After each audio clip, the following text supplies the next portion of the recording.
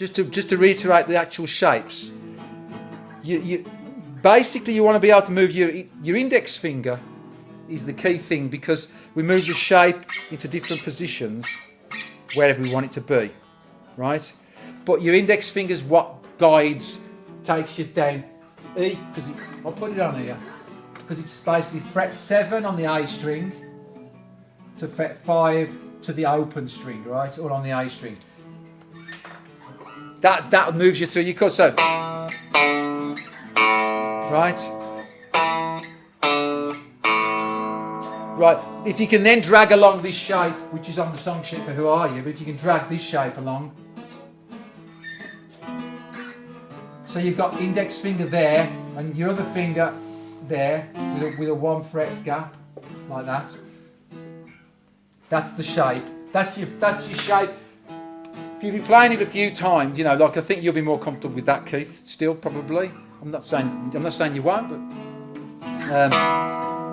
that'll give you a bit more context. Give you 2 notes. What I'd like you to have a quick bash at now is closer to the full bar chord. So I'm going to show it up close on there, and then I'm going to switch it up and come around and show you quick, because I've been thinking about doing beginners, looking at the beginner's technique and how I can translate this to more sophisticated voicings. And it's like, if I'm playing this like that, you can see I'm just bridging it to individual notes, yeah? Now, I prefer to play it this way. I prefer to just let my knuckle collapse and flatten it across those strings like that.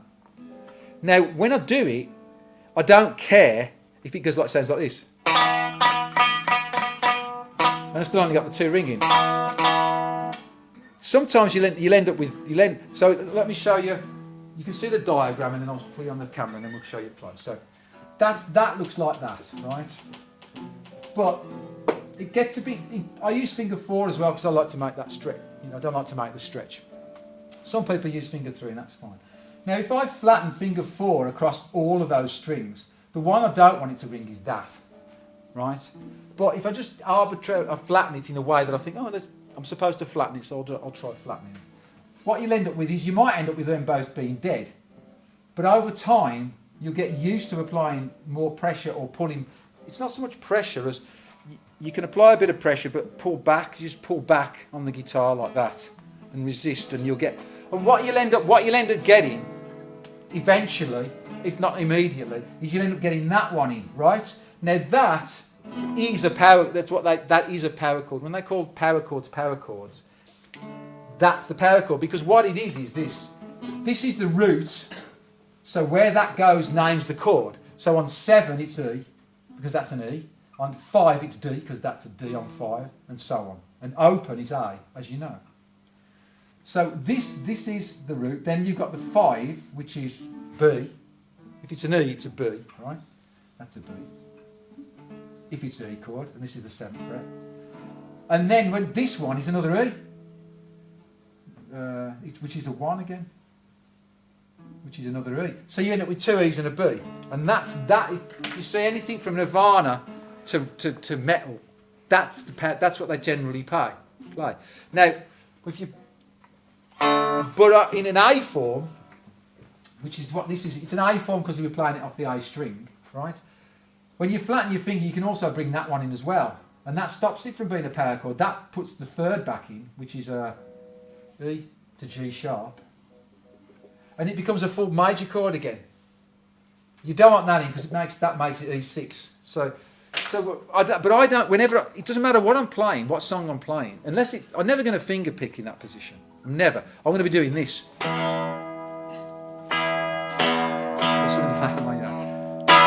So it don't matter if I'm catching all the strings. So if I might be that, I might be that, I might be that, but never that.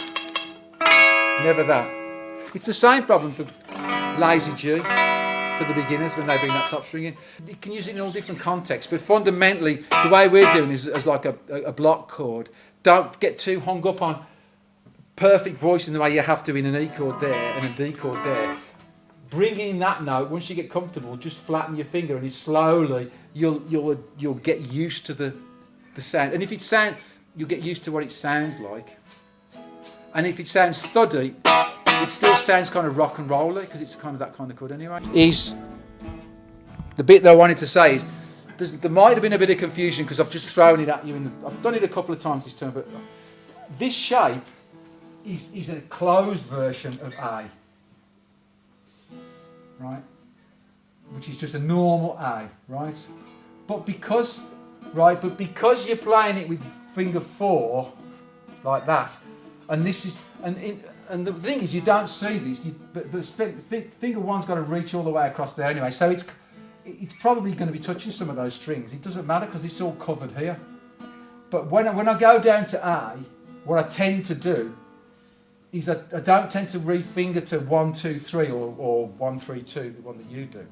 I'm just going to bar it with 1, 1, 1 because when I want to go to B, here, watch. You see this finger's here, right? And then when I go to B, it just moves to there. Finger 1 goes to there, and this finger 4 goes back on. So finger 1 being aligned to this fret, finger 1 being aligned to this fret when you play the A, you can get into B very easily. Now this is something that if you're predominantly playing open chords and it's been years since you've added more chords to your arsenal, you forget the fact that you don't have to learn the shape. You also have to see the practicalities of going from that chord to other chords. So like I say, I'm coming from here.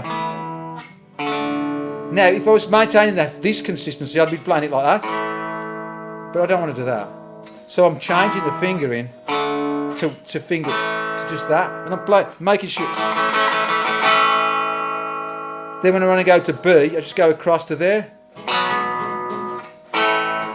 So you want to practice that,